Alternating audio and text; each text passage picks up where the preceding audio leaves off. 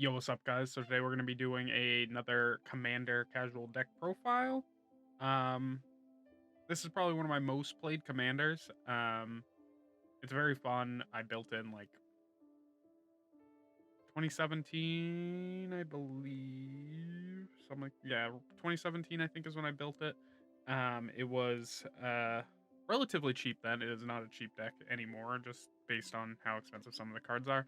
But it is under Uril, the Miststalker.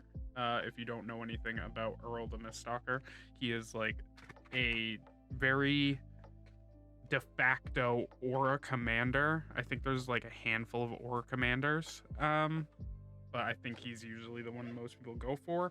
Um, I can name off of my hand like three other aura decks, being OG's Zur the Enchanter, the new Zur the Enchanter, and then I think it's Sigarda. It's a white green deck. It's like an Enchantress deck. But without further ado, guys, we're gonna get right into it. All right, guys, let's get into this deck profile. As always, we start with the commander. We have Uril the Miststalker. He is a 5/5 for 5 in, I think it's Naya, I think is what red, green, white is. He is a legendary beast. Says Uril the Miststalker can't be the target of spells or abilities your opponent controls, so he has hexproof. And then it says Uril gets +2/+2 for each aura attached to him. He's very strong, big boy. We're gonna start with the creatures, I believe. Let me just sift through this, get all the creatures. Perfect. And then we'll just move this off to the side.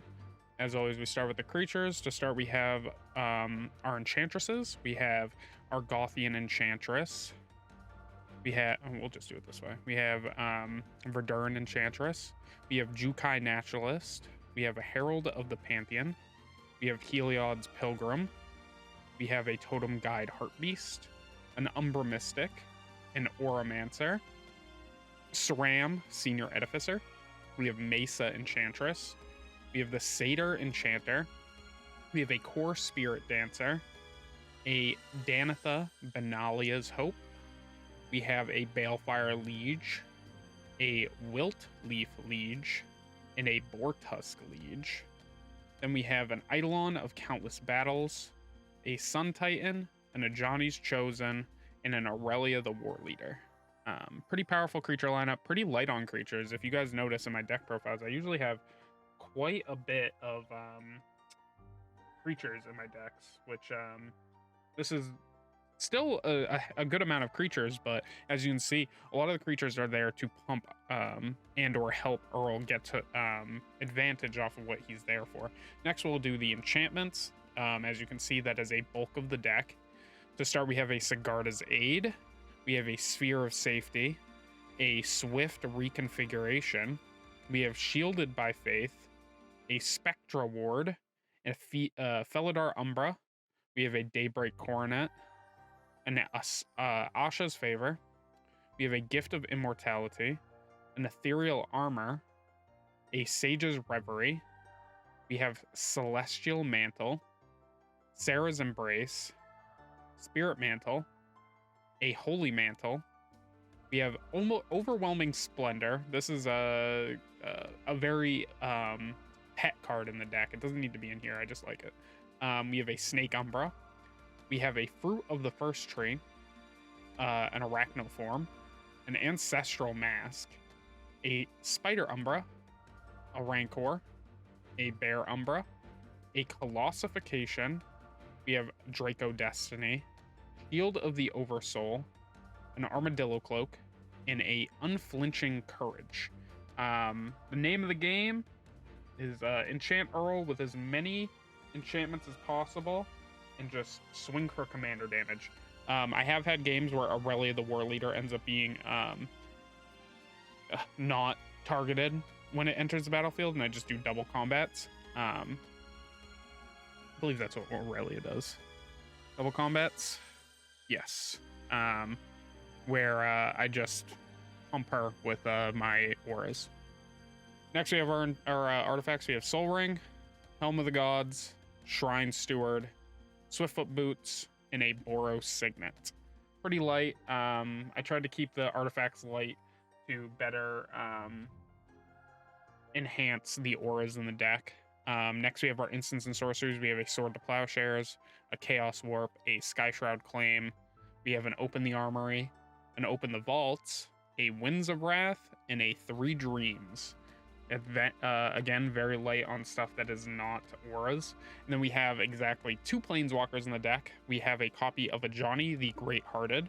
Another way to pump creatures, gain life, kind of keep myself in the game a little bit longer. And then we have a Simut Tyrant Smasher. Easy way to make Uril a threat immediately while also pumping creatures as well. And then for the lands, we've got our basics, quite a bit of basics. And then we have, I formatted this one weird. Usually I put this stuff in the front. We have a command tower, a Yavi Maya Cradle of Growth. Sorry about that. My computer had an update. An Akum Teeth, a Tangled Veil. We have an Axeguard Armory. We have an Overgrown Farmland, a Stirring Wildwood, a Selesnya Sanctuary, a Blossoming Sands, a Boros Garrison, a Battlefield Forge, a Fortified Village, and a Gruul Turf. I have considered changing the land base up. It's actually been quite a while since I edited this deck, besides adding like some of the Kamigawa stuff. As you can see, I did have a few Kamigawa cards in the deck, mainly the Jukai Naturalist, and then I believe I had a Aura. I believe it was an Aura from Urza, the Urza set. There's another card in here, I believe, that is more recent.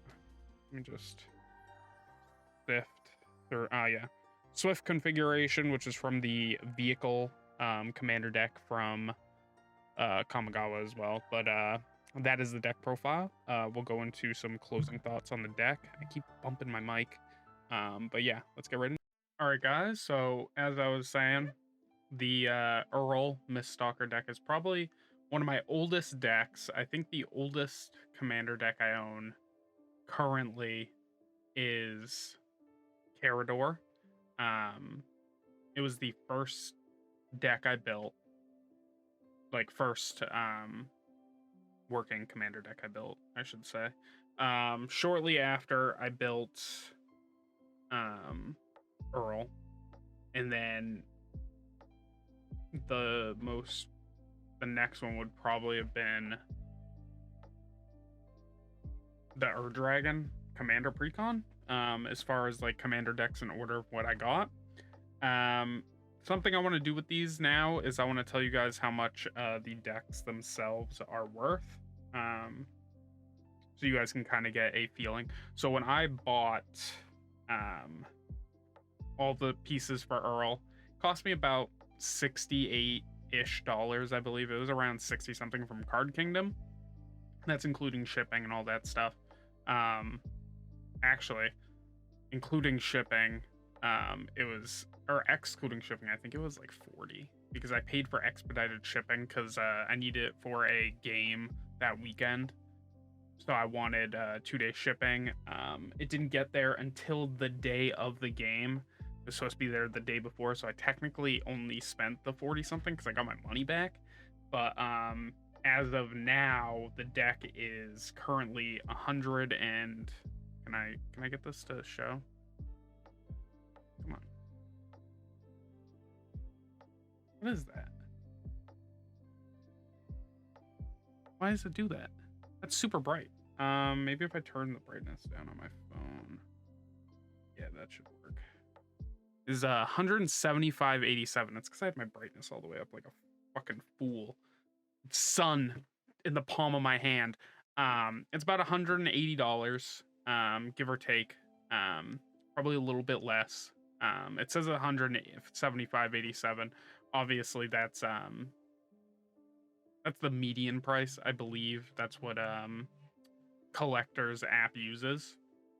But this is something I kind of want to do moving forward with deck profiles, to tell you how much the deck cost to build, um, to give you guys like a range of like how much it cost me to build it and how much you could build it for if you want to build it for cheaper. Obviously, it's a little bit more expensive now than it was when I bought it because cards haven't been reprinted, and some of them actually have been reprinted. It's just older copies of cards. A lot of the cards in this deck actually have been reprinted. I think maybe 4 or 5 of them only have the one printing, and most of my cards in the deck are not foil, so they're actually the cheapest versions of the cards you can get, unfortunately. But that is the deck profile. If you like the video, don't forget to like and subscribe. Hit that bell notification button down below to know when my videos go live. We're trying to hit 1,000 subs before the end of the year. We're gonna do it. Subbing shows your support for the channel, shows that you like the video, and you want to see more of my content in the future. And yeah, that's all I got for you guys. Hope you guys have an awesome night, day, weekend, whenever you see this. But peace, guys.